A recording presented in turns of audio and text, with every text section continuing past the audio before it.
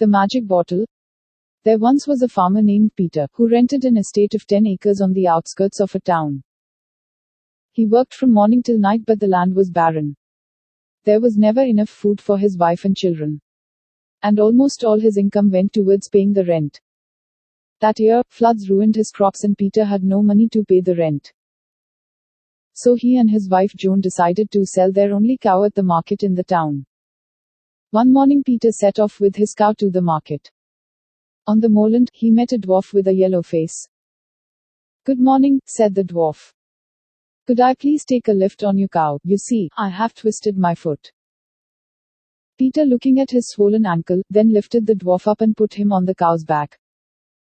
On the way, Peter told him that he was going to sell his cow at the market. The dwarf offered to buy the cow and in return gave Peter a white bottle. At first, Peter was reluctant to exchange his cow for an empty bottle, but he consented at last because he had a strong feeling that the dwarf was full of goodwill for him.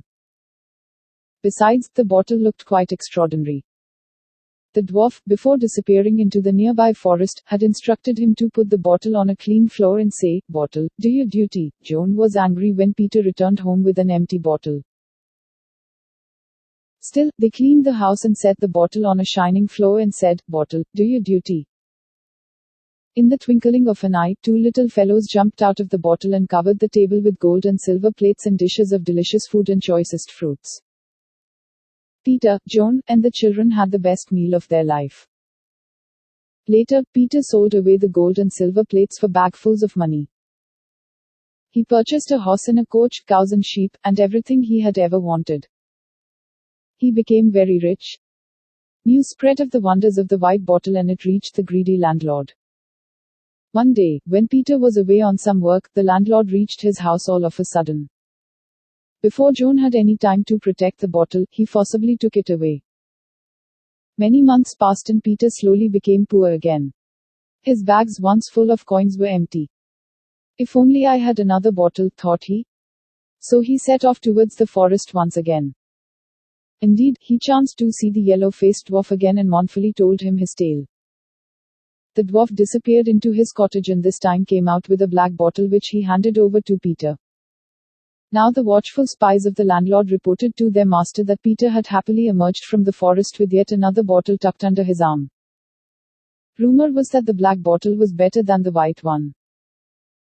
In all haste, the landlord arranged a huge party and asked Peter to be his chief guest and to demonstrate the magic of his new bottle. When all the guests had come in, Peter took out the black bottle from under his coat, put it on the polished floor, and said, "Bottle, do your duty." Out jumped two big monsters with maces and started beating the landlord.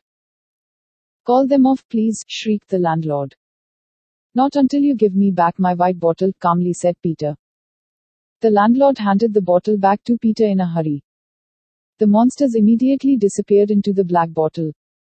Peter soon became one of the richest men in the country. He buried the two bottles at a secret place because he had no longer any use for them. Thanks for listening.